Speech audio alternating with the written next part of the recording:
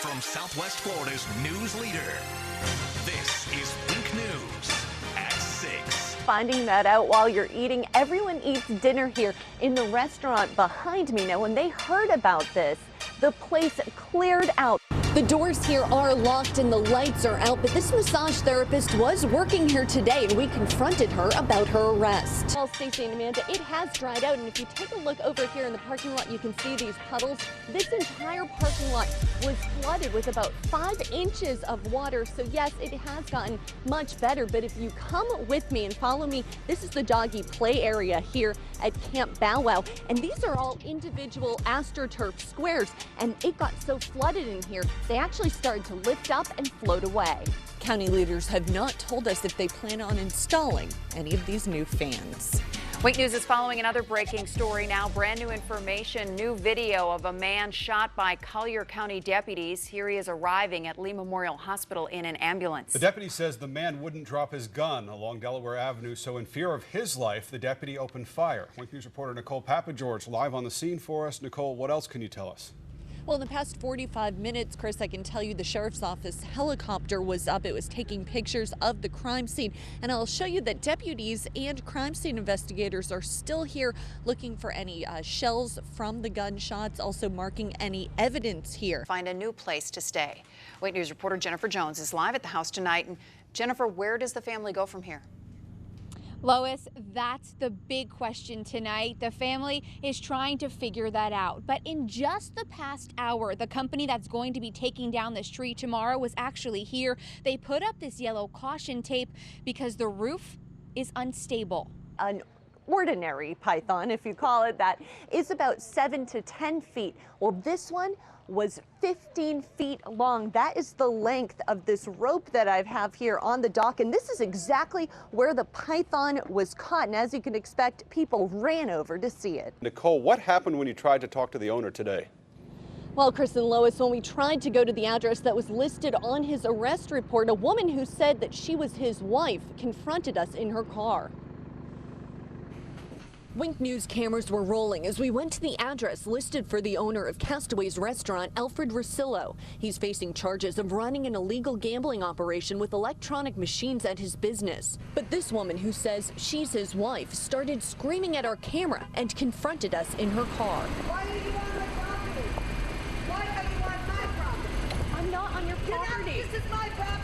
This is exclusive video as the state raided the restaurant yesterday, removed gambling machines, kicked out customers eating lunch, and arrested Rosillo. Arrest reports say Rosillo allowed his employees to pay customers who win on the machines, and agents even witnessed Rosillo playing a game and getting paid by his employee. We wanted to get Rosillo's side of the story, but he never answered the door. The woman parked her car so it would block the exit gate to the neighborhood so we couldn't leave. Within minutes, the line of cars waiting to get out grew, and so did her voice. I didn't ask you to come. Why are you on my property, ma'am? Because we want to know. You want to know? The state was raiding your restaurant. But it ain't my restaurant. That house is my house. But this is the same woman who was at Castaway's yesterday and told us that agents took video games out of the restaurant. Through all of this, Rosillo was watching from his car down the road and filming the incident with his cell phone. A deputy talked with the woman and let us leave. Our questions for Rosillo are still unanswered. Rosillo bonded out of jail, and Castaways is open for business today. As for us journalists, we knock on doors all the time to get the other side of the story. And like today, when we're asked to leave a property, that's exactly what we do. Flames shooting in the air after several cars are set on fire. Neighbors tell Wink News it's the work of a serial arsonist. These videos sent to our Wink News Facebook page. The fires are being set at the Heron Park apartments on Airport Pulling Road. Wink News reporter Nicole Papageorge live there tonight. Nicole, we're talking thousands of dollars in damage. Chris and Lois, this is just an incredible amount of damage. Take a look at these cars set on fire just last night. You can see the windshield blew out. You can even see the wiring inside, and all of the dashboard melted off. It was just a big blazing fire. Imagine waking up to this. Cars set on fire right outside your bedroom window. It's a recurring nightmare for neighbors at Heron Park, where they say a serial arsonist is on the loose. I don't want to live somewhere where cars are being blown up. I pay to live in a safe neighborhood. So. I'm afraid. for my safety. I'm afraid for my neighbor's safety. Anita Madonna tells Wink News there's been at least 5 cars set on fire since she moved here in April. One was her roommate's, the other was hers, and it happened again last night. This has gotten out of hand. Whoever is doing this, the fires are getting closer together. Today, Wink News found these hollowed out, scorched heaps of metal taped off from last night. You can see melted dashboards, burnt seats, and gas still dripping from the car doors. Neighbors say someone is lighting the fires with gas-soaked rags. One of last night's victims, a disabled elderly woman.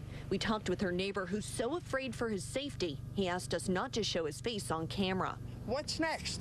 Next, the cars aren't good enough and it becomes units? Neighbors say the management company isn't doing enough to protect them. They say the gate at the entrance doesn't work, the lighting is inferior, and there aren't any security cameras near the apartments. What we find a lot of are kids. Look at all these little kids. Yeah. Like, what if one of them blew up and one of these kids was around? Now neighbors are begging anyone for help. This here in Park is a tragedy in the making, and something needs to be done, and done now. I contacted management Waypoint Residential. They have 15 communities like this across 5 states. Now, I didn't get a hold of anyone in their corporate office. I am told by neighbors here that they recently took over this property, but the woman who actually works the front desk here at the property tells me that the sheriff's office is investigating.